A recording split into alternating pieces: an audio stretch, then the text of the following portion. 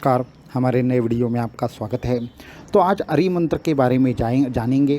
अगर अरि मंत्र की साधना गलती से भी आप कर रहे हैं तो आपकी साधना सिद्ध तो होगी ही नहीं, ऊपर से आपको ऐसी साधना से बहुत ज़्यादा खतरा हो सकता है या फिर आपके साधना में बहुत ज़्यादा नुकसान भी उठाना पड़ सकता है।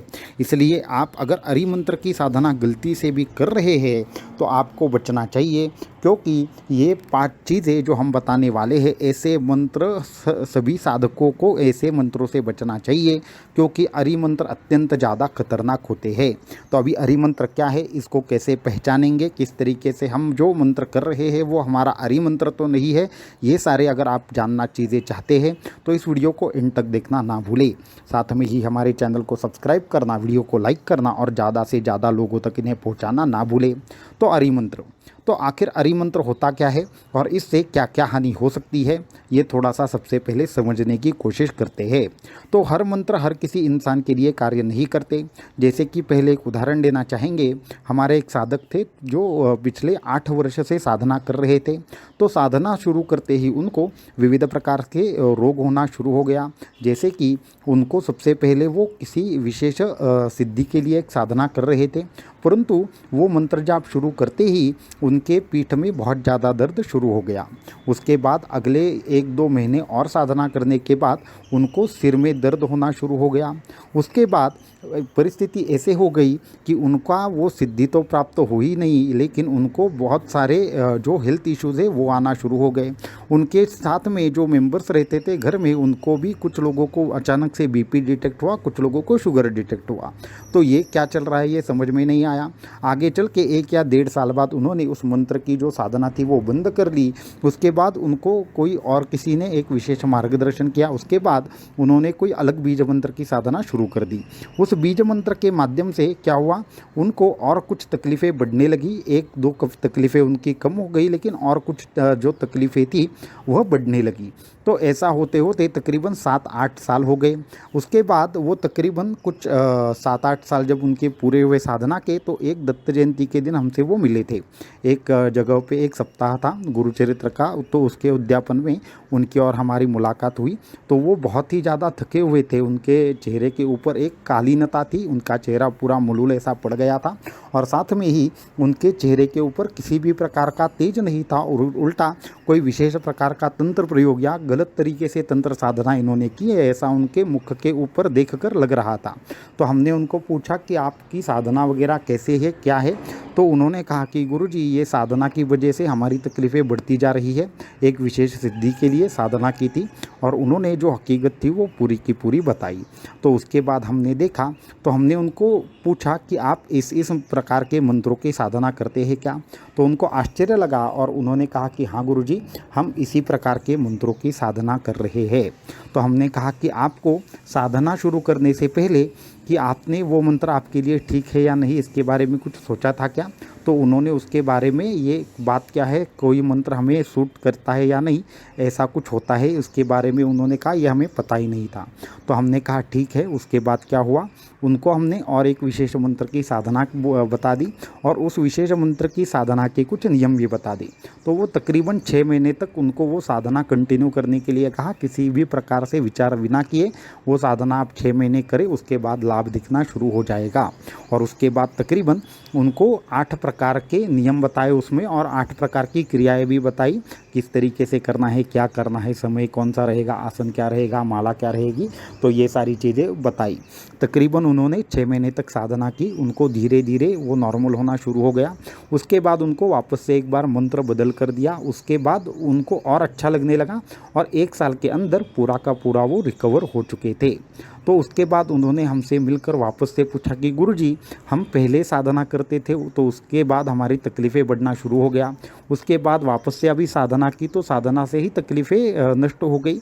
तो इसमें अंतर क्या है, हमने ऐसी क्या गलती की जिसके माध्यम से हमें ये सारी तकलीफ़ें हो रही थी। तो उन्होंने जो प्रश्न पूछा वो हर साधक के मन में होना चाहिए कि आप साधना करते हैं, कोई भी मंत्र उठाकर पढ़ना शुरू कर देते हैं, आपको उस मंत्र का ज्ञान नहीं होता, या फिर आपको ये पता भी नहीं होता कि हर प्रकार का मंत्र हर साधक करता है या नहीं। मैं आप में से हर किसी साधक को, जो ये वीडियो सुन रहे हैं, उन सभी साधकों को मैं 2-4 प्रश्न पूछना चाहूँगा कि आप क्या सोचते हैं जब मंत्र की साधना शुरू करते हैं? क्या आपको ऐसा लगता है कि हर मंत्र हमें चल जाएगा? क्या आपको ये लगता है कि मंत्र से कभी हानि नहीं होती? क्या आपको ये लगता है कि सामान्य तौर पर सभी साधक किसी भी मंत्र को जपना शुरू करेंगे तो उनका कार्य बनना शुरू हो जाएगा? तो आप मंत्र को, जब भी आप मंत्र जाप शुरू करते हैं तो उसके पीछे मंत्र का जो सिलेक्शन रहता है, मंत्र का जो चुनाव रहता है, क्या आप उसमें कुछ दिमाग लगाते हैं? या फिर आपको लगा कि आज ये मंत्र की साधना शुरू करें, कल उस मंत्र की साधना शुरू करें? क्या इतना सब चीज़ें आसान होती है? तो अगर आप भी ये गलती करते हैं कि कहीं से भी किसी से भी बिना पूछे ऐसे ही कोई विशेष मंत्र की साधना शुरू कर देते हैं तो आप बहुत बड़ी मुश्किल में फंस सकते हैं। आपको उससे बहुत ज़्यादा हानि उठानी पड़ सकती है। तो ऐसी कौन सी गलतियां है, आखिर ऐसी क्या वजह है कि जिसकी वजह से कि हरि मंत्र की साधना हमें नहीं करनी चाहिए? वो साधक भी यही कर रहे थे। शायद आपके भी सभी परेशानियों का ये एक अत्यंत भयानक कारण हो सकता है कि आप भी हरि मंत्र की साधना कर रहे हैं।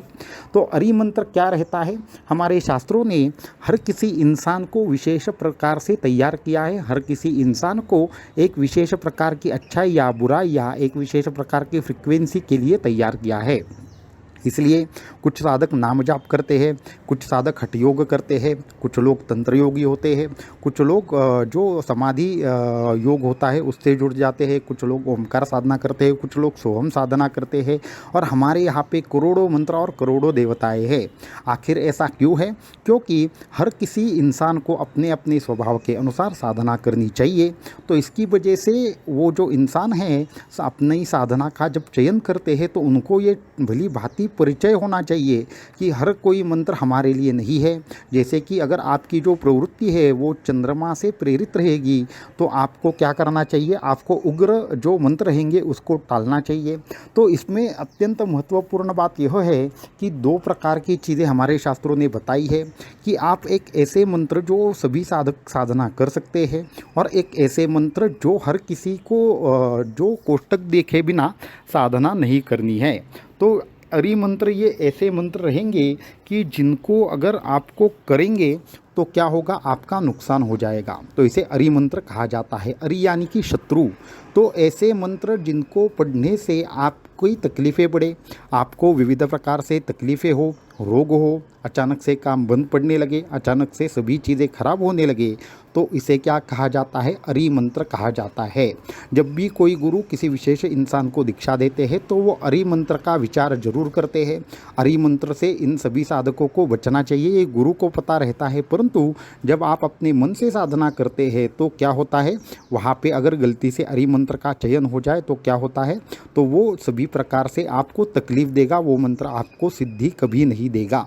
तो ये हरि मंत्र कैसे पहचान सकते हैं? तो उसके लिए आपको खुद का नाम, उसके साथ में आपकी जो तिथि रहेगी, उसके साथ में आप में पत्रिका में जो ग्रहों की स्थिति रहेगी, ये तीन चीज़ों को एनालिसिस करके हरि मंत्र ढूंढ सकते हैं।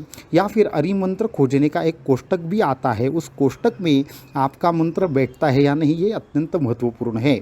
अगर आपने विशेष गुरु मंत्र दीक्षा लेकर साधना कर रहे हैं तो हरि मंत्र भी अच्छे कार्य करना शुरू कर देते हैं। परंतु अगर आप खुद किसी विशेष साधना में फंसे हैं और वहाँ पे हरि मंत्र कर रहे हैं, अभी मानो हम उदाहरण देना चाहेंगे आपको समझाने के लिए कि हरि मंत्र रहता क्या है। जैसे कि एक विशिष्ट इंसान है, जो विशिष्ट इंसान भगवान दत्तात्रेय की साधना कर रहा है, तो उनके भाई है, तो वो दो लोग हैं जो साधना कर रहे हैं। तो एक तो है वो ओम राम दत्तात्रेय की साधना कर रहे हैं और दूसरा भी भाई उनका देखकर ओम राम दत्तात्रेय की साधना कर रहे हैं।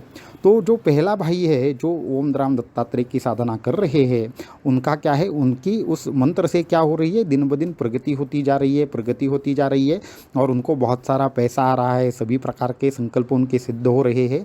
और दूसरा भाई है जो एक विशेष अवस्था में था, परंतु उसने जब ओम राम दत्तात्रेय का जाप शुरू कर दिया तो उसके शरीर में तकलीफ़ें बढ़ने लगी, उसको बहुत सारी बीमारियां होने लगी, उसको उठना बैठना भी मुश्किल हो गया। ऐसे एक ही मंत्र हर किसी व्यक्ति के लिए अलग अलग परिणाम देते हैं। ऐसे गलत मंत्र जो आपके शरीर में गलत फ्रिक्वेंसी तैयार करते हैं जिसकी आपको ज़रूरत नहीं है। जैसे मानो ये मंत्र करते क्या है? आपके सभी प्रकार के जो चक्र है उसको स्टेबल करने का कार्य करते हैं। तो अगर आपके मानो शरीर में अगर अग्नि तत्व बहुत ज़्यादा है और अगर आप उग्र मंत्र की साधना करेंगे तो क्या होगा, उससे आपके शरीर का नुकसान होगा और आपके कार्य सफल कभी भी नहीं होंगे। इसके लिए कभी भी मंत्रों को ऐसे ही उठाकर पढ़ना शुरू करना ये योग्य बात नहीं है। आपको अरि मंत्र जो हमारे लिए अच्छे हैं या बुरे हैं इसका सबसे पहले निर्णय करना होगा, और अगर आप ये निर्णय नहीं कर सकते तो आपको किसी ऐसी व्यक्ति की सहायता लेनी होगी कि जो आपको बता पाए ये मंत्र आपके लिए सही है या नहीं। और अगर इस तरीके से आप कार्य करोगे तो कोई भी मंत्र कभी भी हानि नहीं पहुंचाएगा। लेकिन एक बात हमेशा याद रखें, अरि मंत्र ये अत्यंत भयंकर प्रकार है। वो आपको क्या कर सकता है, आप अगर करोड़पति है तो 1 मिनट में रोड पर लाने का सामर्थ्य अरि मंत्र रखता है। शत्रुओं को अरि मंत्र दिया जाता है, गुरु के माध्यम से जो मंत्र दिया जाता है वो सिद्ध होता है, परंतु अरि मंत्र ये अत्यंत ज़्यादा खतरनाक चीज़ है। इनसे सभी साधकों ने बचना चाहिए। और आपके समस्या के जड़ में अरि मंत्र एक बार जरूर हो सकता है, इसका भी सभी साधकों ने विचार करना चाहिए। इसलिए गुरु से या किसी अच्छे इंसान से आप जब मंत्र लेते हैं तो क्या होता है, गुरु आपका ये सभी चीज़ें देखकर ही डिसीजन लेते हैं कि इसको कौन सा मंत्र चाहिए। इसलिए हमारे पास बहुत सारे साधक आते हैं, हमें काली माता की दीक्षा दे दीजिए, हमें इस मंत्र की दीक्षा दे दीजिए, उस मंत्र की दीक्षा दे दीजिए। तो सबसे पहले गुरु अपने अंतर्ज्ञान से ये देखते हैं कि इसके लिए अरि मंत्र कौन सा है और इसके लिए साधना कौन सी इसके लिए जरूरी है, और उसी के अनुसार उन विशेष व्यक्ति को वो साधना दी जाती है जिससे उसके कार्य भी होने लगे, उसका कल्याण भी होने लगे। इसलिए सिर्फ साधना मार्ग में हम हैं, इसलिए सभी मंत्र करेंगे, कोई भी मंत्र उठाएंगे, शुरू करेंगे और उससे सभी प्रकार के फल प्राप्त करेंगे, ये चीज़ें नहीं होती। इसलिए सभी लोगों ने संभल कर रहना चाहिए। अरि मंत्र के बारे में कुछ और इंटरेस्टिंग चीज़ें आपके लिए बहुत ही जल्द हम लेकर आएंगे। अवधूत चिंतन श्री गुरुदेव दत्त।